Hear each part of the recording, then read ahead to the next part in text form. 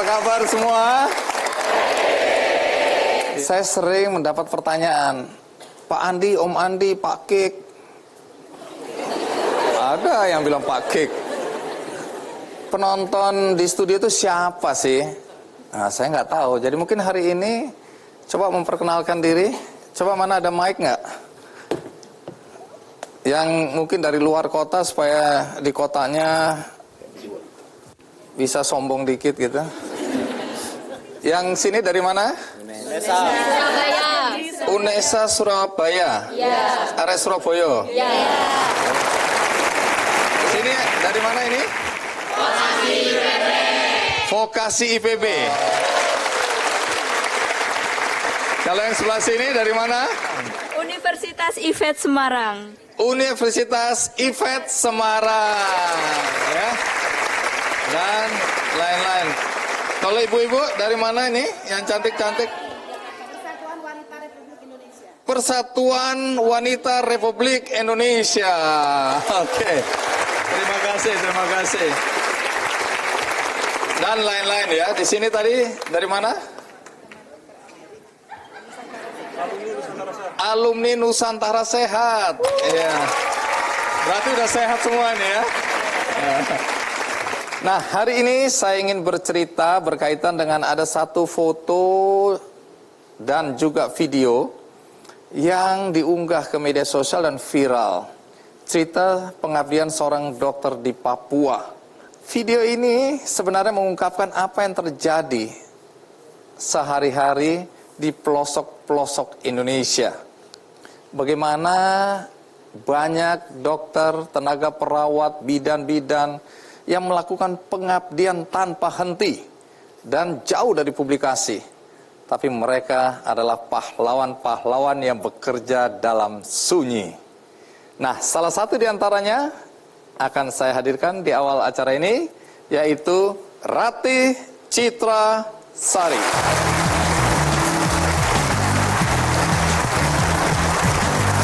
Ratih, apa kabar? Terima kasih sudah datang. Silakan duduk. Anda dokter, tapi Anda juga didiagnosa punya kelainan dalam sumsum tulang, gitu ya? Oh iya benar. Jadi saya pertama kali didiagnosa itu sekitar tahun 2007. Waktu itu saya sedang mengambil program pendidikan dokter spesialis. Waktu itu spesialisnya anestesi. Tapi karena saya tuh sakit, jadi kemudian saya harus mengundurkan diri dari program studi tersebut. Mengundurkan diri. Kapan persisnya tahu bahwa Anda punya kelainan sumsum tulang? Waktu itu berarti saya umur 27 gitu. 27 tahun, kemudian saya waktu itu kan kita biasa kalau lagi sekolah spesialis tuh kita kan langsung praktek ya. Jadi pagi-pagi saya ke ruang operasi mau ngebius pasien. Untung alhamdulillah Bang, sekali lagi alhamdulillahnya banyak ini. Pingsan. Pasiennya Siapa? belum datang, Pasiennya? saya duluan. Yang pingsan. Padahal kan sebetulnya harusnya biasanya saya yang ngasih. Dokter anestesi yang pingsan. Pingsan. Oke, menarik ini. Makanya, terus dicari tahu kan kenapa. Oh enggak, ntar dulu, ini dulu Bang. Nggak bangun dulu, bangun-bangun tahu-tahu kan waktu itu saya sekolah di Berapa lama Bandung. nggak bangun ini? Ternyata 4 hari. Hah? Tapi saya nggak tahu Bang, saya bangun-bangun tahu-tahu udah di Jakarta kan waktu itu sekolahnya di Universitas Padjadjaran di 4 Bandung. hari tidak sadarkan Nggak diri? tahu, jadi ternyata kan ada adegan pakai ambulans segala, saya nggak inget tuh, nggak tahu. Pingsan kemudian tidak sadar selama 4 hari. Iya, bangun-bangun ada di stroke unit di sebuah rumah sakit swasta di Jakarta. Nah, untuk mengatasi ini saya dengar katanya apa? Darahnya harus rajin dibuang atau Jadi gimana? kan dicari tahu kenapa, penyebabnya apa sih, faktor resikonya kan nggak ada, masih muda apa segala macam gitu kan, aktif, terus saya juga nggak kegemukan dan yang lain gitu kan. Ternyata terus diteliti, oh ini ada salah satu kelainan sumsum tulang. Terus karena waktu itu saya ngotot banget karena kan mau sekolah dong Bang, mau nerusin, siapa sih yang mau berhenti sekolah udah lagi mau jadi dokter spesialis gitu. Jadi saya cari tahu apa sih ini apa gitu. Ternyata setelah dibiopsi ketahuan bahwa memang sumsum tulang saya tuh memproduksi terlalu banyak sel darah merah, mesti dibuang. Berkala? Berkala sesuai dengan hasil sampai hari ini pemeriksaan lab. atau? Sampai hari ini. Terus katanya harus minum obat. minum obat setiap hari. Ada yang minumnya kayak puasa, Senin Kemis, pokoknya Sampai hari ini? sampai hari ini. Nah, saya bukan mau cerita tentang penyakit Anda, tapi saya mewakili banyak orang bertanya-tanya. Dengan kondisi seperti itu, Anda dijuluki dokter bencana. Bukan menimbulkan bencana pada orang lain, bukan. Tapi dokter bencana yang sebenarnya, karena Anda sering sekali hadir dalam setiap bencana yang terjadi. Nah, nanti cerita, dalam kondisi seperti itu, harusnya banyak orang menghindari situasi yang sulit, tapi Anda malah datang ke daerah-daerah bencana. Bahkan saya dengar Anda juga menjadi dokter tim pendaki gunung. Seringnya sih begitu, Bang. Bukan cuma dalam negeri, tapi juga di luar negeri. Nanti kita dengarkan. Menarik ini. Nah, baik. Sebelum kita lanjutkan, ada baiknya kita lihat dulu liputan berikut ini. Ya. Nah, tadi dengan kondisi yang saya tanyakan tadi, kemudian Dr. Rati sekarang dikenal sebagai dokter bencana. Itu awalnya bagaimana kok sampai kemudian tertarik untuk terjun membantu korban-korban bencana? Pas terjadi gempa itu saya pikir, saya nih nggak ngapa-ngapain. Mungkin tenaga saya dibutuhkan. Jadi waktu itu zamannya Twitter, Bang. Oke. Baru mulai. Saya iseng-iseng aja, bukan iseng-iseng sih. Saya tuh nggak tahu caranya gimana. Saya pengen pergi tapi saya nggak tahu caranya gimana. Saya nggak punya teman-teman yang ngerti mau pergi Bagaimana ke bencana caranya tuh bisa sampai di nggak sana, ada. daerah bencana. Jadi saya Terus apa yang dilakukan? tanya di Twitter, saya bilang, nih saya kalau mau berangkat ke Pariaman gimana ya caranya? Alhamdulillah ada yang menjawab, ini coba ke foundation ini gitu ya, kamu coba aja. Saya hubungin terus mereka bilang, oh bener dok mau berangkat, bener saya bilang. Kapan bisa berangkat? Sekarang juga boleh, saya bilang gitu. Oke, besok pagi gimana dok? Boleh? Jadi gitu Bu, awalnya. Jadi Anda langsung berangkat ke sana? Saya berangkat besok dan pagi. membantu masyarakat di sana. Begitulah. Menarik, ya. Itu awalnya, tapi sekarang bukan bencana alam di Indonesia saja, tapi Anda membantu bahkan sampai di Nepal ya, ketika Nepal juga digoyang oleh gempa. besar. Dan kemudian tadi disebutkan Anda juga mendampingi tim pendaki gunung, termasuk ke Aconcagua yang termasuk adalah salah satu gunung tertinggi di dunia. Ya. Tadi disebutkan di antara Argentina dan Chile. Betul. Nah, nanti cerita apa yang Anda lakukan dan apa sih bahagianya bantu-bantu orang di daerah bencana dengan risiko keselamatan diri sendiri. Dan yang paling penting juga bagaimana reaksi keluarga. Nah, kita rehat sejenak, ikuti terus Kick Andy. Gempa Nepal itu tahun 2015 ya? 2015. Anda sama teman-teman juga berangkat ke sana ya? Berangkat ke sana.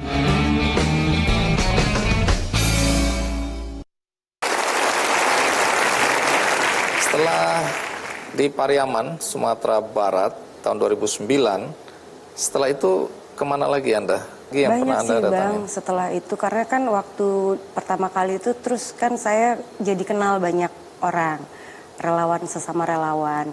Kemudian terutama waktu itu saya tuh bergabung dengan poskonya Wanadri. Jadi saya banyak dapat teman di sana, kemudian jadi banyak sekali kalau ada bencana-bencana lokal gitu diajakin dokter Rati ikut yuk, ayo gitu. Dokter Rati ikut yuk, kan saya waktunya luang sekali kan Bang. Saya kan tidak kembali ke rumah sakit, saya praktek sendiri. Jadi waktu saya tuh fleksibel sekali. Jadi teman-teman tuh juga tahu. Jadi kalau begitu ada bencana, dokter Rati mau berangkat nggak tuh? Berangkat kayaknya. Jadi berangkat kemana-mana. Jadi yang banyak terakhir, ya? Terakhir di mana? Memang tahun lalu kita agak banyak ya Bang bencana alam. Jadi saya pergi ke Lombok 2 kali tahun lalu. Lombok ya. Kemudian ke Palu. Palu. 1 kali. Masing-masing berjarak sekitar 2 minggu gitu untuk tanggap bencana aja. Nah, ketika gempa Nepal itu tahun 2015 ya? 2015. Anda sama teman-teman juga berangkat ke sana ya? Berangkat ke sana. Itu juga suatu kebetulan lagi Bang, karena sebelumnya saya udah pernah naik ke Gunung Aconcagua sebagai dokter ekspedisi untuk pendampingan medis. Jadi secara otomatis dianggap dan memang secara saintifik seperti itu badannya sudah teraklimatisasi. Oh, di ketinggian ya? Karena Nepal itu tinggi juga. Nepal itu tinggi, betul. Jadi kan kita nggak mau ambil resiko bahwa penolong yang kemudian harus ditolong di sana ya. Betul. Jadi mereka bilang kita cari dokter yang udah bisa di ketinggian badannya udah teraklimatisasi. Jadi saya bilang kebetulan teman-teman ingat saya. Kayaknya Rati bisa tuh katanya.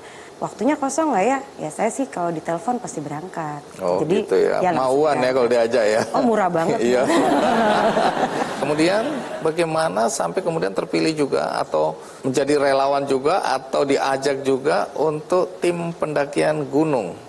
Oh iya, itu banyak juga ceritanya Bang, karena nggak satu tapi banyak ekspedisi-ekspedisi yang sudah saya dampingi, baik ke gunung es, ke gunung hutan maupun rafting, whitewater. Rafting juga? Ya, tapi saya biasanya bisa memilih kalau kondisi saya lagi nggak terlalu baik, saya dari jarak jauh Bang. Jadi mereka saya persiapkan, atletnya saya persiapkan dari mulai gizinya, kemudian kesehatan perjalanannya mereka, persiapan mereka sebelum berangkat. Nanti di jalan kita komunikasi intens melalui radio. Gitu. Kalau pendakian tuh kemana aja? Pernah ikut dalam tim pendaki gunung kemana aja? Ya. Yang pertama waktu itu Mount Aconcagua, itu kita termasuk di situ kita ekspedisinya memang ke Andes. Jadi ada Mount Bonnet di situ, ada Mount Aconcagua. Kemudian yang terakhir banyak ya Bang saya lupa, tapi yang terakhir itu adalah Cartens Pyramid bersama tim Polwan. Artinya dalam keadaan sehat aja mungkin saya termasuk yang mungkin nggak sanggup itu. Tapi bagaimana Anda kok bisa sanggup ya? Ini juga Bang Roboh juga. Oh, Roboh juga pada akhir-akhir ekspedisi setelah semua ekspeditor berhasil, kemudian giliran saya kalau mau muncak silakan katanya. Ternyata Roboh juga Bang. Oke, jadi memang setelah 3 minggu, akhirnya Roboh. Nah dengan kondisi begini Anda udah menikah? Menikah, punya anak 3. Alhamdulillah. Oke, bagaimana? Ini suami mengizinkan? Ikut, alhamdulillah. Ikut kemana? Ikut kemana-mana Bang, karena memang kesukaan kita tuh sama.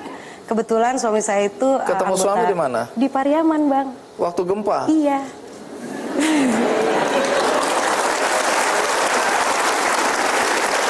Artinya kebetulan lah ya? Kebetulan ya. Alhamdulillahirrahmanirrahim Bang, makanya. Suami Anda ngapain di sana? Suami saya itu anggota Wanadri. Jadi Wanadri kan memang perhimpunan penempuh rimba dan pendaki gunung yang sering sekali turun ke daerah bencana.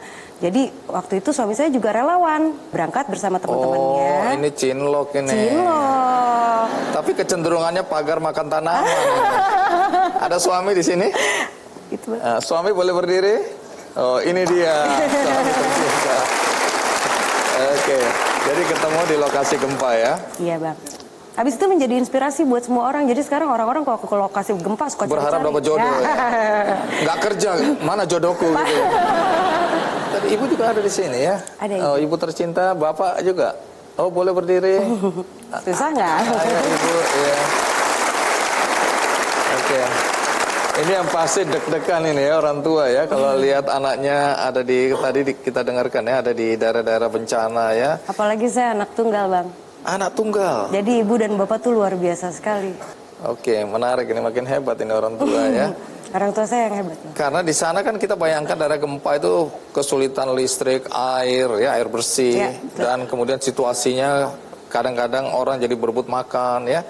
Dan Anda ke sana, ya hati siapa yang nggak deg-degan ya orang tua ya. Dan tentunya kan karena selalu ada ancaman bahaya dari bencananya sendiri kan Bang. Kemungkinan besar ada gempa-gempa susulan gitu kan. Itu yang kadang-kadang mungkin mengkhawatirkan. Oke. Kalau sekarang ini ada bencana lagi, masih mau ke sana lagi? Boleh, selalu. Terima kasih Dokter Rati ya. Terima kasih Bang. Dokter bencana. Walaupun dengan kondisi fisik yang relatif masih perlu dukungan obat, tapi Anda melakukan perbuatan baik, perbuatan untuk kemanusiaan. Terima kasih. Thank you banget. Ya, thank you. Ya. Tamu berikutnya juga punya cerita yang seru. Karena dalam usianya yang masih muda, dia masuk ke pedalaman untuk membantu suku-suku di dalam rimba. Siapa dia? Mari kita sambut Kristiawan.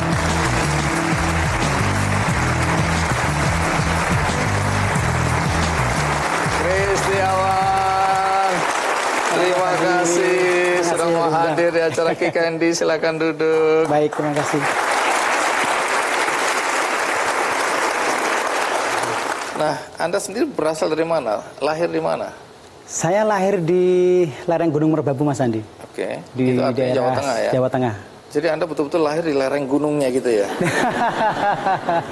Berarti Anda... Yang pasti di dusun lah ya. Oh, di sebuah lereng. dusun, Iya. di lereng gunung gitu. Saya kira brojol gitu. Nah, tapi belakangan kan Anda lebih banyak berada di pedalaman ya, di daerah Jambi. Betul. Tepatnya di mana itu ya? Saya tinggal di Jambi, tapi pekerjaan saya ke pelosok-pelosok, Mas Andi. Kemana itu? Itu di dalam hutan sekitar Taman Nasional Bukit 12, ada juga di Taman Nasional Bukit 30. Jadi satu lagi itu di daerah kawasan restorasi ekosistem. Kalau masuk-masuk belusukan ke sana naik apa itu? Kombinasi naik motor dengan jalan kaki. Jalan kaki? Iya. Kenapa nggak naik motor terus? Karena kalau di hutan kan nggak bisa naik motor, Mas Andi. Tunggu dulu, pekerjaan Anda apa ya? Saya perawat, tapi kalau di rimba disebut lokoter. Lokoter? Iya. Itu artinya? Sebutan bagi tenaga medis, entah itu dokter, perawat, atau bidan, mereka sebutnya lokoter. Sebut gitu. lokoter? Iya. Ini suku apa yang Anda layani ini? Di sana itu sebenarnya ada 3 suku, Mas Andi. Ini ada suku orang rimba, ada Beten 9, sama orang Talang Mama. Jadi yang mana yang Anda layani? Tiga-tiganya. Oh, tiga-tiganya? Iya. Oke. Ada berapa banyak suku ini? Kalau orang rimba sendiri itu kan ada sekitar 5.100 sekian gitu ya. Kalau yang orang Batin lebih banyak lagi, itu lebih 10 ribuan sekian. Kalau orang Talang Mama itu yang di Riau, ini masuk ke Riau sebetulnya, itu ada sekitar hampir 2 ribuan ya. Orang Ini yang paling jauh yang Anda layani suku apa? paling jauh kalau dari Jambi ke orang Talang Mama. Udah berapa lama Anda melayani kesehatan mereka? 10 tahun ya. 10 tahun? Iya, sejak 2008. Lah Anda umurnya sekarang berapa? 37, Mas Andi. Nanti cerita ya bagaimana anak di lereng Gunung Merbabu tadi bisa ada di daerah pedalaman sana melayani masyarakat. Baik. Ya. Tapi sebelum itu kita rehat sejenak, ikuti terus KKND.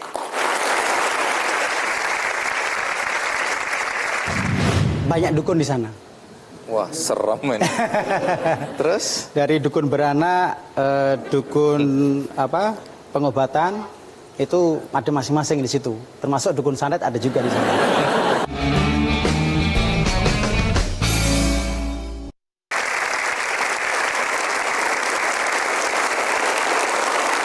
Terima kasih Anda masih bersama saya di acara KKND dan tamunya masih Kristiawan ya.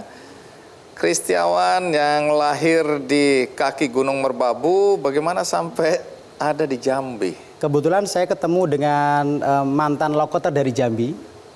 Dia pindah ke Jogja dan di situ saya cerita-cerita mau ndak ngelayani orang di pedalaman gitu. Menarik kayaknya gitu. Menarik. Jadi langsung Anda masuk ke 3 suku tadi? Pertama yang lama itu sebenarnya di suku orang rimba. Itu yang sangat tertinggal di Jambi sampai hari ini. Kalau untuk suku yang lain lebih cepat mereka beradaptasi dengan suku pendatang misalnya dari Jawa, dari Medan atau dari mana-mana gitu. Jadi suku anak rimba yang Iya, itu sulit. masih sedikit. Nah, waktu pertama kali datang ke sana ada penolakan tidak? Ada, Mas Andi. Kenapa? Jadi Kenapa? Apa yang terjadi? mereka itu setiap orang baru datang mereka akan memproteksi. Atau mereka akan selalu berpikir curiga, ini orang mana, apakah ini membawa baik atau buruk gitu. Oke. Karena konsep sehat-sehat mereka Apalagi itu lihat besar. wajah Anda makin takut mereka ya. Betul mungkin ya. Kalau lihat saya yang datang pasti bilang, selamat datang. Tambah takut malahan kayaknya. Oh, tambah takut. Iya, kalau botak malah nakutin ya. Jadi Anda awal mereka memproteksi diri mereka dengan cara? Mereka menghindar dan tidak mau dekat dengan saya. Tentu ini masalah. Karena bagi seorang tenaga kesehatan ketika mau mengetahui sakitnya apa kan harus dekat dulu gitu. Iya. Saya tidak bisa dekat. Jadi? Akhirnya saya membaur dulu dengan mereka. Membaur agak butuh Berapa waktu lama Anda butuh itu? Yang pasti saya butuh waktu 3 bulan untuk belajar bahasa mereka. Emang Anda bisa? Sekarang Akhirnya? bisa. Sekarang bisa? Iya. Misalnya Anda sebutkan, bisa pakai bahasa apa ini? Ini sebenarnya pakai bahasa Jambi yang Melayu yang lama, yang agak pedalaman ya. Misalnya Anda sebut, apa kabar semua di sini? Apa mau kabar Mika ikin ya?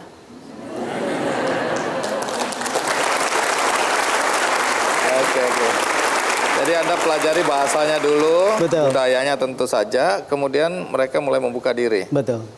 Kan biasanya kalau di daerah-daerah terpencil, daerah-daerah terbelakang, daerah-daerah yang di pelosok, itu biasanya kalau tenaga-tenaga kesehatan, medis, dokter datang, kan yang bereaksi dukun-dukun yang selama ini merasa kemudian mengganggu Anda ini. Betul. Karena mereka yang ngobatin warga dengan cara-cara tradisional. Ada nggak penolakan juga dari dukun di sana? Ada dukun nggak di sana? Banyak dukun di sana. Wah, serem ini. Terus? Dari dukun beranak, dukun pengobatan, itu ada masing-masing di situ. Termasuk dukun santet ada juga di sana. Nah, itu kita nggak bahas. Kita bahas yang ini aja. Iya. Terus? Jadi waktu itu saya bilang ke mereka, saya tidak menggantikan peran dari dukun, tapi saya memberikan alternatif pengobatan lain ketika dukun tidak mampu mengobati mereka. Pada saat apa? Misalnya ada contoh nggak? Jadi mereka kan kalau sakit itu kan dibilang ada kutukan dari Tuhan mereka atau dari dewa mereka karena kesalahan perlakuan dan sebagainya. Oke. Nah itu harus dilakukan upacara ritual. Selain minum ramuan-ramuan, mereka juga harus ada upacara. Mereka sebut besale. Oke, terus? Sehingga nanti ketika itu sudah ada pengampunan, biasanya besok sembuh gitu. Nah ini kan karena mereka sudah sering interaksi dengan orang luar, ada potensi mereka kena penyakit dari orang luar. Entah dari saya atau dari teman-teman saya yang datang ke sana gitu. Terus? Jadi kami tawarkan, mau tidak mencoba ini gitu loh. Artinya saya pun tidak tinggalkan obat yang mereka yakini, tapi saya kasih alternatif. Baik, nanti lanjutkan ya bagaimana interaksi. Tapi sebelum itu kita lihat dulu liputan berikut ini. Chris, jadi tantangan terbesar yang Anda hadapi untuk memberikan pelayanan kesehatan bagi suku anak rimba dan suku-suku lain di sana itu apa? Tantangan terbesar justru malah dari diri kita sendiri, Mas Andi. Kenapa itu? Saya harus yakin bahwa saya bisa membantu mereka. Itu yang berat. Ini kan saya harus menghubungkan sebetulnya, memahami bagaimana pola pikir mereka melihat kesehatan itu gitu. Kalau kita hanya datang terus kita kasih ceramah, kamu tidak boleh ABCDE gitu kan, tanpa kita tahu budaya mereka, itu akan sulit. Yang kedua adalah memahami karakter orang per orang itu berbeda gitu loh. Dan ini kan tidak bisa kita langsung bilang, kamu harus minum obat setiap hari, kamu harus bersih dan sebagainya. Jadi Anda mengenal individu-individu di situ ya? Minimal saya kenal beberapa orang yang menjadi tokoh kunci. Oke. Nah, itu menjadi pengaruh ke yang lainnya gitu loh. Yang kedua tentu soal tantangan lokasi ya. Kadang kalau capek, saya kan motor ke sana itu kalau dari Jambi sekitar 8 jam Mas Andi. Dan 8 jam? Iya, dari Jambi. Dengan jalan yang seperti kita lihat tadi itu ya? Iya. Bahkan harus kadang-kadang nyebrang sungai itu dengan itu Kadang kayak jembatan akrobat ini, itu. jembatan sekitar 30 cm seharusnya nyeberangi sekitar 8 meter. Dalamnya ya kurang lebih 4 meter lah ya. Lumayan, kalau cemplung gitu. Nah, mungkin Anda nggak ada di sini ya? Nggak ada di sini. Ya. Jadi apa yang Anda lakukan untuk memperbaiki kualitas hidup mereka dengan kondisi yang seperti ini? Biasanya saya berangkat dari pengalaman nyata di lingkungan mereka. Kalau mereka sudah menderita diare, baru saya akan kasih penyuluhan. Ketika mereka sudah mulai batuk terus-menerus, baru masuk penyuluhan gitu loh. Jadi memberikan penyuluhan itu kalau mereka sudah merasakan. Pengalaman saya kemarin, saya kasih banyak cerita ke mereka bingung. Iya. Ngomong apa orang apa ini? ini? Iya. Saya tidak ngalami itu. Sehat. Dan Anda di sana bukan cuma ngurusin kesehatan. Saya dengar Anda ajarin mereka baca tulis juga ya? Betul. Jadi membaca menulis itu adalah model mereka untuk interaksi dengan orang di luar mereka. Kedepan apa harapan Anda? Tentu saja untuk kepentingan suku-suku di tempat Anda mengabdi ini. Nah, kami berharap bahwa untuk kelompok yang masih mau tinggal di hutan, artinya kelompok yang masih mau pertahankan budaya mereka, oke mari kita dorong, mari kita proteksi mereka. Jangan gitu. diganggu. Jangan diganggu rumah mereka. Yang kedua kan bagi masyarakat yang sudah atau orang rimba yang sudah hidup keluar, mau tidak mau mereka harus siap untuk bertarung dengan kehidupan yang keras ini. Artinya mereka harus belajar betul bagaimana sekolah yang bagus, bagaimana mereka bisa mengakses yang layak gitu kan. Ya, itu harus dibantu juga oleh pemerintah gitu loh. Baik, terima kasih Chris Setiawan, luar biasa ya. Terima kasih untuk kehadirannya. Salam buat teman-teman di suku rimba. Ya. Sampai ketemu lagi ya. Baik, terima kasih. Oke, kita berikan aplaus sekali lagi untuk Chris Setiawan. Setelah ini saya akan mengundang anak muda juga seorang dokter juga yang beberapa waktu lalu videonya dan fotonya viral dan jadi pembicaraan di media sosial. Siapa dia? Saya akan segera kembali. Jeblos-jeblos lumpur, yang penting si pasiennya kan nggak sampai jatuh gitu. Ya udah kita angkat, ternyata udah 7 kilo, hampir dekat ke kampung yang kita tuju, ada kendaraan di situ. Barulah kita naikkan ke mobil itu, ada mobil-mobil hardtop besar gitu, kita antar ke puskesmas berikutnya.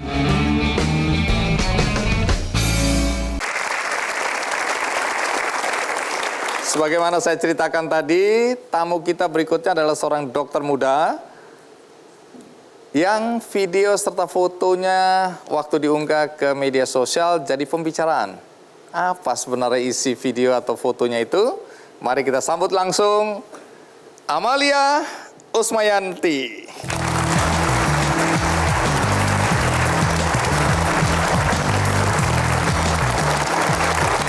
Amalia, apa kabar? Terima kasih sudah hadir. Silakan duduk.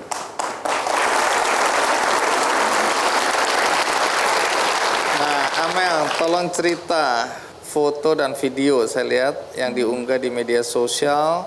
Di situ Amel menandu seorang pasien bersama beberapa orang lainnya di jalanan yang becek, yang rusak. Dan ini kemudian jadi pembicaraan. Sebenarnya itu foto apa sih? Siapa pasien yang ditandu itu? Bang Andi, jadi setiap bulan kita akan keliling ke 5 kampung. Jadi saat itu memang kondisi jalan itu tidak bisa dilalui kendaraan. Jadi kita jalan kaki, kebetulan itu sore.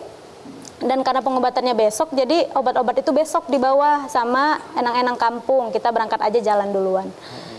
Jadi itu ada jaraknya sekitar 16-17 kilo. 16 kilo itu dari mana ke mana kalau di Jakarta ini ya? Monas, dari sini ke Monas saja baru 4 kiloan. Iya. Ya bolak-balik muter sampai Blok M, balik lagi gitu-gitu ya. Terus? Jadi gitu Bang Andi, jadi kita jalan, ada yang lebih jauh dari situ sebenarnya. Oh, oke. Jadi saat jalan baru setengah jalan, berarti sekitar berapa ya, 8 kilometeran. Ada teman bidan sebenarnya. Jadi dia memang ada vertigo. Dan pada saat itu nggak bawa persiapan obat, hanya bawa obat-obat oral sedikit saja. Jadi dia pusing, sempat pingsan sebentar. Jadi saya lari, saya udah agak jauh jalannya di depan. Saya balik lagi, kasih obatan oral aja dulu. Terus kita papah lagi, habis itu pingsan lagi. Kita coba lagi, jalan lagi kita papah. Ada sampai digendong sama teman perawat. Pingsan lagi. Kemudian hari udah makin sore, makin gelap. Jadi saya langsung lihat bambu, terus ada masyarakat lewat arahnya berlawanan. Saya bilang kita buat tandu aja gitu, pakai jaket teman-teman cowok gitu. Jadi kita masukin, terus masyarakat rupanya bawa sarung, pakai sarung, kita angkat. Nah saat diangkat itu memang nggak ada orang, Bang Andi. Dan saya juga maksudnya nggak tega kan ya, ayo kita harus jalan nih, makin malam biasa banyak ular gitu, banyak ular lewat dan ularnya berbisa. Dan saya berapa kali di kaki saya dikit aja hampir kena, tapi alhamdulillah nggak kena. Kalau jadi, kena udah nggak di sini. Ya. Terus? Jadi kita tandu, gantian tuh muter, saya teman perawat, ada teman padahal apoteker. Masih kira-kira 7 kilo 7 lagi. 7 kilo ya? Bang Andi, cuma saat itu kita nggak terasa jauh karena kita buru-buru takut gelap gitu. Dan temennya juga mungkin pucet gitu kan. Kita harus cepet-cepet ketemu puskesmas di kecamatan selanjutnya ada. Setelah itu ada puskesmas, kita harus cepet ke sana. Ya udah kita gantian, kita tandu. Terus kalau ada jalan yang sama sekali kita nggak ada tempat napak kaki, kita ya udah jalan lumpur-lumpur sampai lutut segitu, ya udah kita angkat. Jeblos-jeblos gitu. Jeblos-jeblos lumpur. Yang penting si pasiennya kan nggak sampai jatuh gitu. Ya udah kita angkat, ternyata udah 7 kilo, hampir dekat ke kampung yang kita tuju, ada kendaraan di situ. Barulah kita naikkan ke mobil itu, ada mobil-mobil hardtop besar gitu, kita antar ke puskesmas berikutnya. Akhirnya nggak apa-apa ini, nggak bidan apa-apa. kita. Nanti cerita ya, apa yang terjadi dan apa kegiatan yang Amel lakukan di Papua waktu itu ya. Tapi sebelum itu mungkin ada baiknya kita lihat dulu liputan berikut ini. Ya. Jadi Amel, bagaimana ceritanya sampai Amel ikut program Nusantara Sehat ini ya? Jadi hari pertama buka saya lah orang pertama mungkin yang daftar gitu Bang. Jadi Saking bersemangat saking ya. semangatnya saya mungkin di sini jalannya gitu. Karena waktu itu belum tahu mau dikirim ke Papua ya? Belum tahu. Kalau Cuma tahu udah langsung mundur sebenarnya. nggak Tahunya juga gimana sih. waktu dikirim ke Papua, tahunya gimana? Jadi setelah lulus itu tahapannya panjang ya Bang Andi ya. Jadi ada psikotes dan lain-lain. Dan kalau lulus itu saya dipanggil pendidikan dulu di Bela Negara di Pusdikes Jakarta Timur. Jadi setelah 1 minggu sampai diberitahu di mana aja. Jadi dia memplotkannya ini Indonesia bagian barat, bagian tengah, bagian timur. Ternyata saya dapat di bagian timur. Jadi Padahal deg-degan Amel saya nggak tahu di mana dapatnya gitu. Padahal Amel berpikir, alah paling di mana? Saya pilih paling nanti di Flores kah gitu. Ternyata di Papua dan paling Papuanya bukan Papua Barat gitu. Saya berharapnya kalaupun Papua mungkin deket sama Raja Ampat gitu kan karena terkenal. Rupanya Oke, ternyata di di Bovendigul. Bovendigul ya. Nggak ada tempat wisata juga di situ. Jadi saya ya udah pesen bunda saya dimanapun itu sama aja gitu kata bunda. Oke. Udah nggak apa-apa. Orang tua gimana? Orang tua begitu tahu mau dikirim ke Papua? Ya mungkin deg-degan juga, cuma karena saya yang minta nggak apa-apa di mana-mana, jadi disemangatin. Oh, orang Nggak tua apa-apa akhirnya kak mendukung. gitu, nggak apa-apa. Di sana juga sama Nah, kayak di waktu sini. sampai pertama kali lihat kondisi di desa-desa itu bagaimana? Kaget saya. Kagetnya kenapa? Yang pertama orangnya keriting semua Pak. Rambutnya keriting. Dan Gimana ya? Mengingatkan masa lalu saya. Iya, iya. Oke, Iya. Dipercepat aja soal rambut, ini agak sensitif. iya. Jadi yang pertama kaget itu lihat masyarakatnya, karena saya nggak pernah lihat masyarakat asli Papua. Kemudian sampai sana itu malam. Jadi penerangan itu ternyata pakai genset dan itu punya bamuskam kampung, aparat kampung. Kita kasih solar ada, jadi nggak ada penerangan sebenarnya. Kemudian air nggak ada, jadi saya nggak mandi tuh pas nyampe sana. Nggak ada air, jadi airnya itu kita mengharapkan air hujan, tampung di profil. Jadi saat itu belum hujan, jadi kita nggak mandi dulu. Terus besoknya kita dibawa ke sungai, ada sungai sekitar 300 meter ada sungai, kita mandi ke sungai. Itu bagaimana? Itu ada keinginan pulang aja atau gimana? Pengen pulang, tapi niat awal saya kan dimanapun jalannya aja gitu. Karena sebenarnya niatnya sih niat pingin apa ya, ikhtiar aja. Mungkin saya spesialis jalannya dari sini gitu, atau mungkin dapatnya yang lain. Jadi saya nggak ada harus aja ikut nanti dapatnya ini. Karena dulu pas masuk itu nggak tahu kalau ada beasiswa dari Nusantara Sehat, nggak tahu. Setelah sampai kaget, bagaimana cara membiasakan diri Ya, untuk hidup bersama masyarakat beberapa di hari sana? itu saya berkenalan sama aparat-aparat kampung, terus ikut ke sungai dengan masyarakat kampung, mandi di sungai. Kemudian kita perkenalan di balai desa, terus bapak suku kampungnya juga langsung ngasih tahu kita di sini seperti ini. Nanti masyarakat biasa ngantar sayur, kita di sana itu barter, nggak beli sayurannya. Masyarakat datang, antar sayur, antar petatas, kita tuker sama mie instan atau garam.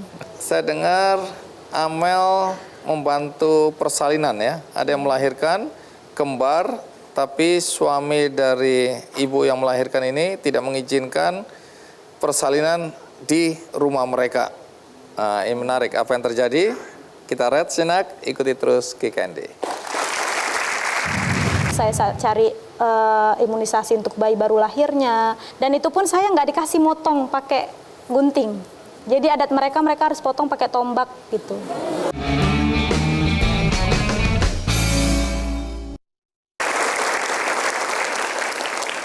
Dokter Amel, sebelum Amel dan teman-teman datang, itu warga desa atau 5 desa di sana berobatnya kemana kalau sakit?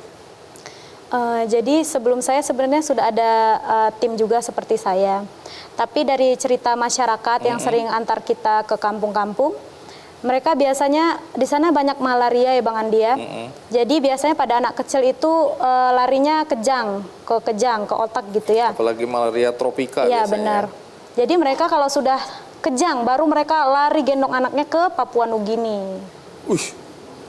Keren banget ya dari Iya. Papua ke Papua New Guinea. Benar, Lintas. karena lebih dekat kata mereka gitu. Tuh Jadi cerita itu mereka ya, begitu. masyarakat lebih berobat Iya. ke Papua New Guinea. Kesannya Benar. jadi keren ya. Berobat kemana? Ke luar negeri. Luar negeri. Iya. Naik apa? Jalan kaki. Jalan kaki. Amel sekarang cerita bagaimana soal proses kelahiran bayi kembar yang Amel bantu itu. Jadi yang pertama itu jam 3 malam, itu yang bantuin saya tuh kesehatan lingkungan. Oh, kesehatan lingkungan. Karena itu yang perempuan sama tenaga gizi. Jadi mereka hanya bantu center. Jadi saya cari klaimnya, saya cari imunisasi untuk bayi baru lahirnya. Dan itu hanya bermodalkan lampu kepala yang pakai senter. Dan itu pun saya nggak dikasih motong pakai gunting. Jadi adat mereka harus potong pakai tombak gitu. Jadi saya mau lawan gimana, karena saya baru datang yang pertama itu. Akhirnya yang saya jelaskan, nggak bisa keras orangnya. Jadi saya berdoa aja biar anaknya nggak kenapa-napa. Jadi langsung imunisasi, kita lakukan seperti biasa kunjungan. Kemudian berikutnya ada lagi tengah malam lagi Bang Andi. Dari jam tengah malam itu sampai subuh kita tungguin nggak keluar-keluar. Saya mau periksa dalam, biasa periksa dalam nggak dikasih sama keluarganya. Itu juga marah-marah. Terus? Itu saya ya berdoa sebagaimana cara, doa aja saya salah-salah saking paniknya. Yang saya ingat cuma Tapi Tuhan kan ngerti apa yang maksud. saya SMS yang saya ingat cuma SMS Bunda. Bunda bilang, "Kak, baca aja ini." Baru saya tenang baca. Akhirnya jam 10 paginya lahir gitu.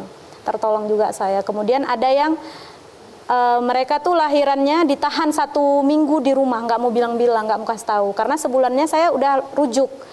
Ambe enang ini harus ke rumah sakit karena saya curiga panggul sempit, bayi tidak akan bisa keluar, saya bilang gitu. Mereka nggak mau Bang Andi, sampai saya tuh tanda tangan status, maksudnya kan saya juga takut kan ya kalau lahir ternyata bener feeling saya. Nah ternyata 1 minggu dia paksa keluar, terus masyarakat kasih tahu saya, "Ibu dok itu ada yang melahirkan." Saya datang ke sana, air ketuban sudah hijau, lalat sudah banyak. Nah itu juga saya akhirnya cepet-cepet telepon kepala puskesmas rujuk, dan itu juga 2 harian baru sampai ke rumah sakit. Aduh. Bayinya sempat dirawat, cuma memang kesalahan dari mereka, saya sudah berkali-kali jelaskan nggak mau, akhirnya meninggal setelah dirawat itu. Nah kalau yang Nah yang kembarnya- terakhir kembar ini sebelum saya pulang kemari ada kembar malam. Jadi masyarakat datang jam 11 kalau nggak salah, dia bilang, "Ibu dok itu di Timka kampung sebelah ada ibu melahirkan, sudah lahir bayi, tapi itunya plasentanya nggak keluar gitu." Mereka bilang ada yang tinggal gitu. Jadi saya, oh berarti paling sedikit nih nggak keluarnya. Datang yuk, datang. Saya ajak bidan ke sana. Ternyata pas saya datang lahirnya di ini rumah, turun ke dalam ke hutan, banyak pisang-pisang, pohon-pohon. Ternyata di situ saya lihat bayinya udah tergeletak, udah dari jam 8 lahirnya. Udah berapa jam itu sampai jam 11, jam setengah 12. 3 jam. Bayi udah putih dan masih tersambung plasentanya. Jadi saya kok nggak keluar. Ternyata masih ada bayi 1 lagi Bang Andi. Jadi saya langsung, di situ juga saya langsung potong tali pusatnya. Langsung karena dibiarin aja nggak diselimutin gitu. Bayinya udah pucat sekali. Kita angkat ke atas, saya mau bawa masuk ke rumah. Nah ternyata adat mereka, bekas ibu hamil itu tuh tidak baik, membawa penyakit. Ada uap katanya. Uap itu bisa buat orang Jadi sakit. suaminya larang? Larang. Jadi larang Oh kemana? jadi ini istrinya melahirkan di Iya, kebun gitu? di kebun. Nggak boleh di dalam Nggak rumah. boleh di dalam rumah? Nggak boleh. Jadi kita bawa, dan hari itu kan jalan sudah agak bagus tuh sebelum saya Terus pulang. bayi yang 1 di dalam perut Di ini? perut, jadi saya bingung mau di mana. Rupanya di ambulan itu kan bisa dihidupin lampu. Ke dalam ambulan, kita infus ya, pasang ini biar dia kontraksi lagi. Lahir, dan lahirnya kaki, dan saya memang belum pernah menolong lahir kaki. Ya udah karena nggak ada siapa-siapa ya saya tolong aja. Ternyata memang nggak nangis pas lahir, nggak nangis. Karena ceritanya hanya keluar, karena bayi keluar ari-arinya belum keluar, jadi saya nggak banyak bawa alat. Bayi nggak nangis berarti kan ada sumbatan. Saya udah gimana, ternyata saya suruh bapaknya coba ambil isap dari hidung gitu sama bapaknya, nggak mau juga, bapaknya nggak mau. Jadi ternyata ada spuit itu, suntiknya kita buang, jadi saya sedot pakai itu. Keluar sedikit lendir, barulah bayinya nangis. Selamat dua-dua? Selamat, alhamdulillah dua-duanya.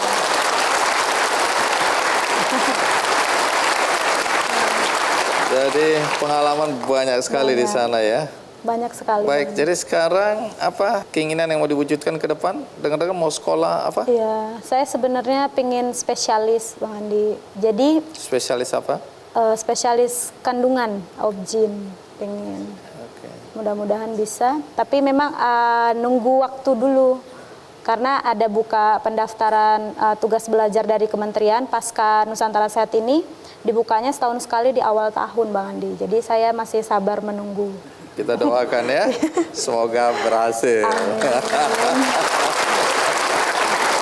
Dr. Amel, terima kasih sudah hadir bersama kami di sini ya. Sukses kasih, selalu Wandi. Amel. Iya. Nah ini menarik karena tadi kita dengarkan cerita bagaimana Dr. Amalia ikut dalam program Nusantara Sehat. Dan tentu banyak di antara kita bertanya-tanya ini program apa manfaatnya bagi masyarakat, dan apa manfaatnya bagi peserta dari program ini. Untuk itu sudah ada di studio Menteri Kesehatan Profesor Nila Muluk. Silakan juga. Iya, terima kasih Bu Nila. Bu Nila, jadi dari awal tadi kami mendengarkan kisah heroik dalam ukuran saya tentang teman-teman kita, saudara-saudara kita, dokter, perawat, ya ada bidan juga di situ yang mengabdikan dirinya untuk masyarakat dengan kondisi dan situasi yang tadi kita dengarkan tidak mudah, sulit bahkan. Kemudian tadi ada Dokter Amalia, ya kita dengar bagaimana dia ditempatkan di Papua, kaget-kaget awalnya, tapi dia bisa menyelamatkan banyak sekali bayi tadi kalau kita dengar ceritanya. Bu Nila, cerita dulu, ini program Nusantara Sehat pada dasarnya program apa ini? Pada waktu itu kami ambil keputusan membuat pencerah Nusantara yang terdiri dari satu tim. Bayangkan kalau Dr. Amel tadi sendiri atau Chris juga sendiri tapi masih membawa juga tadi pasukan kan akhirnya. Nah, ini yang kita lihat tidak mungkin kalau kita sendiri berada di daerah perifer. Kita membuat satu tim. Dan tim itu kemudian kita juga berpikir apakah tim ini hanya memberikan suatu pengobatan? Sebenarnya tidak. Tadi kita melihat sekali bahwa ada budaya di sana, ada adat, ada tentu perilaku masyarakat yang berbeda-beda. Sehingga kemudian kami melihat perlunya penguatan dari tim tersebut juga. Oleh itu, karena itu kita memberikan tentu pengetahuan lapangan ditambah dengan bela negara. Tadi dikatakan kami didik dengan tentara. Saya juga terima kasih ini kita didik di Pusat Pendidikan Kesehatan di Jakarta Timur atau terkadang di Ciloto. Mereka dididik jiwa korsanya ada. Terjadilah suatu teamworknya itu menjadi kuat mentalnya dalam hal ini. Ternyata saya surprise sekali, mereka itu yang mendaftar itu ribuan sebenarnya. Ini kebanyakan anak-anak muda ya? Kami memang syaratnya anak muda di bawah 30 tahun belum menikah. Disinilah saya merasakan juga bagi kami, dan ini saya sampaikan kepada Presiden, kepada Pak Jokowi, bahwa masih ada anak muda yang mau loyal terhadap bangsa. Ini yang saya lihat di Nusantara Sehat. Nah, kita rehat sejenak. Apa manfaatnya bagi masyarakat dan apa manfaat yang didapatkan oleh para peserta Nusantara Sehat? Ikuti terus Ki Candy.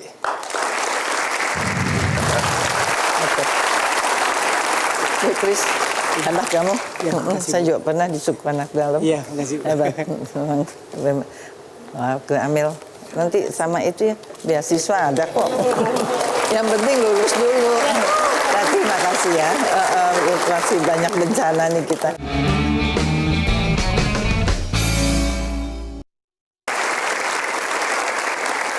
Bu Nila, kita lanjutkan tadi ya. Nah, tapi boleh tahu sampai hari ini kemana saja mereka ditugaskan? Di seluruh Indonesia ada 30 provinsi kami letakkan di tentu puskesmas. Ini atas permintaan dari kabupaten kota. Kalau tidak minta kami tidak akan mau kirim gitu. Karena mereka juga harus ikut bertanggung jawab terhadap tim yang kami kirim. Umumnya itu di NTT. daerah-daerah yang pelosok ya. Di pelosok. Nah, udah berapa banyak ini sebenarnya tenaga kesehatan seperti ini yang dikirim dalam program ini ke Iya, berbagai daerah? Nusantara saat ini tentu kita sebut batch. Jadi satu batch pertama tahun 2015 karena sudah 13, batch ke-13. Batch ke-13. Totalnya mereka total tenaga kesehatan itu hampir 10 ribuan yang kita kirim.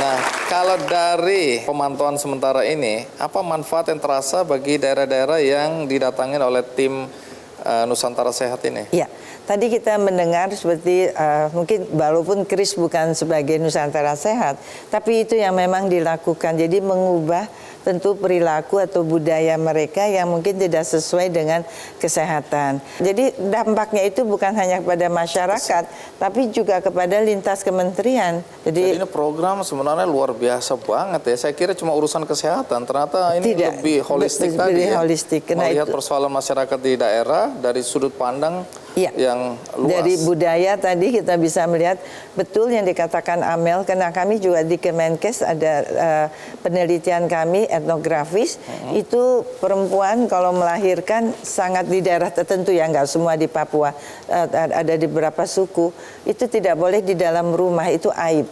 Jadi mereka harus ditinggal di hutan. Bisa bayangkan perbedaannya dengan kita yang ada di kota. Kalau kita lihat ya, dukungan semacam apa yang diharapkan dengan adanya program ini, karena saya lihat Kementerian Kesehatan kan punya banyak program-program yang berkaitan juga dengan kesehatan masyarakat. Nah, partisipasi masyarakat seperti apa yang sebenarnya diharapkan juga? Yaitu mengubah perilaku sebenarnya. Mengubah perilaku. Kalau bicara vaksin ya, vaksinasi ini kan nggak mudah juga. Tadi kalau dilihat dengan kondisi masyarakat di pedalaman yang mulai rentan ya, vaksinasi. Nah, isu vaksinasi ini kan menarik ya. Sejauh ini apakah itu masih tetap menjadi skala prioritas di Kementerian Kesehatan atau pemerintah Indonesia? Saya kira tetap. Jadi kalau kita lihat ilmu kedokteran atau ilmu kesehatan, pertama betul kita mengobati dengan obat. Jadi adanya antibiotika diketemukan, itu kita menghantam bakteri atau kuman dalam hal ini. Kemudian kita tidak mau sakit, itu yang kita berikan vaksin atau imunisasi, kita mencegah.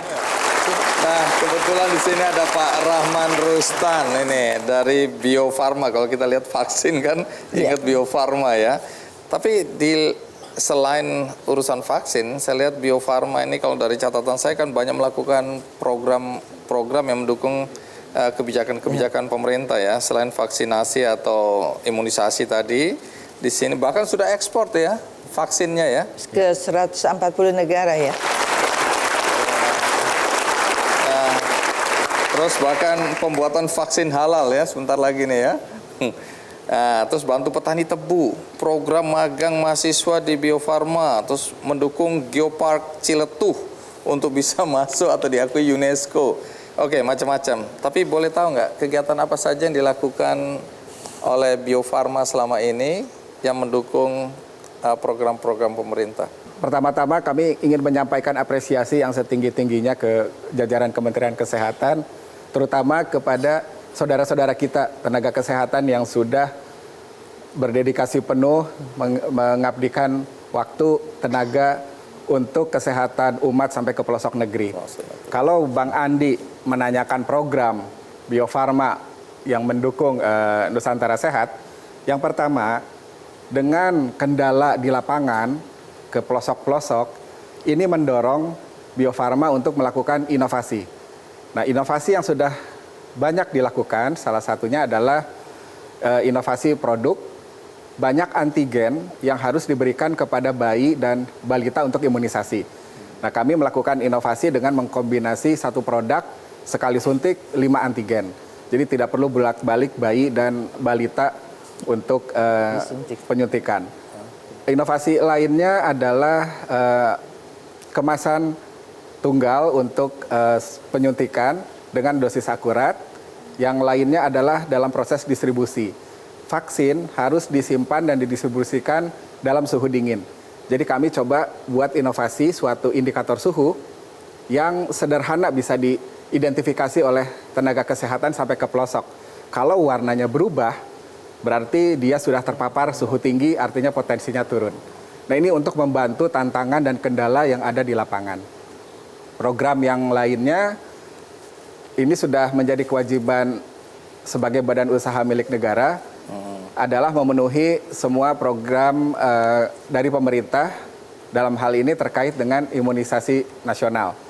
Jadi bukan hanya vaksin yang sekarang sudah dilaksanakan secara rutin, tetapi kita lihat banyak sekali penyakit-penyakit baru berkembang ke depan. Nah, ini kita terburu-buru oleh waktu untuk bisa menemukan vaksinnya sebelum wabah terjadi. Jadi kami melakukan kolaborasi riset bersama dengan lembaga riset, perguruan tinggi untuk percepatan produk-produk baru.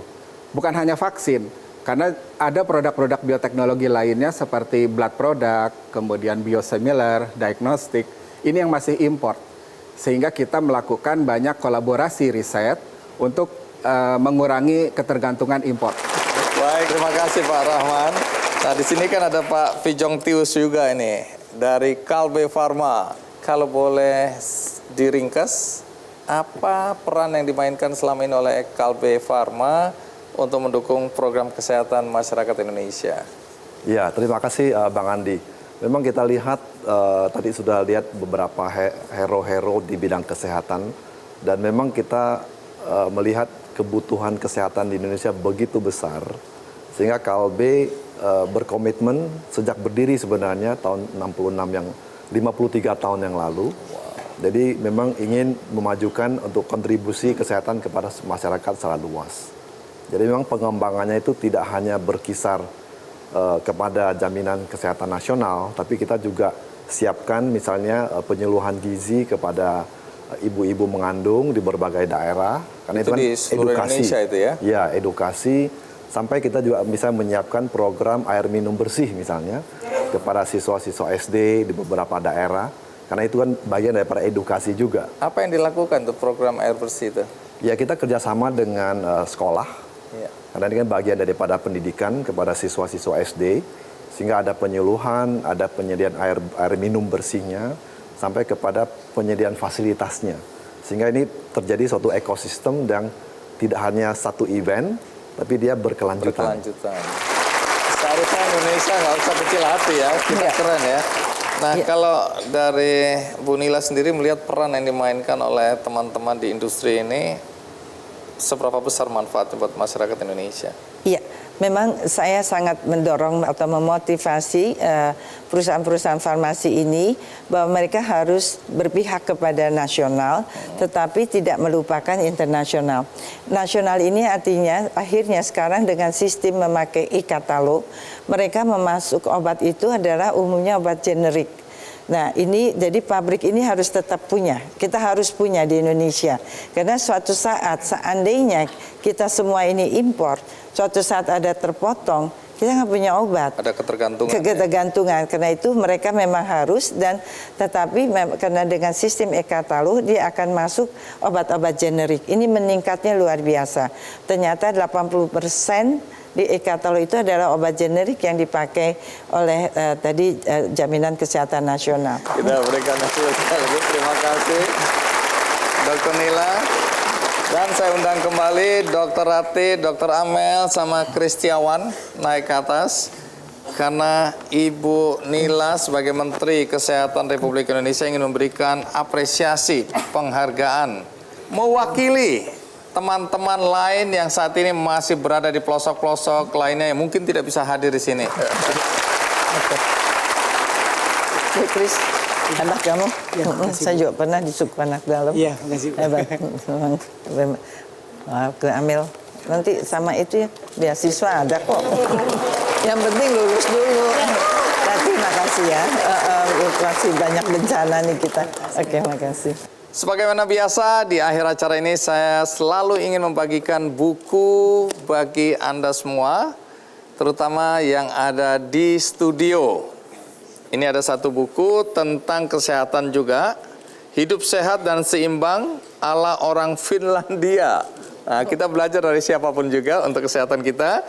Dan apakah semua sudah menerima buku ini? Apakah semua bahagia? Tampaknya bahagia semua di sini ya. Dan kebahagiaan ini saya ingin juga bagikan bagi Anda yang di rumah yang tidak bisa hadir di studio. Anda punya kesempatan untuk mendapatkan buku ini melalui kuis di Twitter Kick Andy Show. Dan juga ada buku yang ingin saya bagikan melalui website kickandy.com. Ada 100 buku yang akan saya bagikan di sana. Mudah-mudahan Anda salah satu yang beruntung. Dan bagi Anda tadi yang kelewatan tapi ingin menonton dari awal, jangan khawatir karena acara ini juga ditayangkan di YouTube Kick Andy Show dan juga di metrotvnews.com. Akhirnya semoga tenaga-tenaga kesehatan, pengabdi bangsa Indonesia dan juga kebijakan-kebijakan dari Kementerian Kesehatan mewakili pemerintah bisa membuat Indonesia menjadi lebih baik. Sampai jumpa.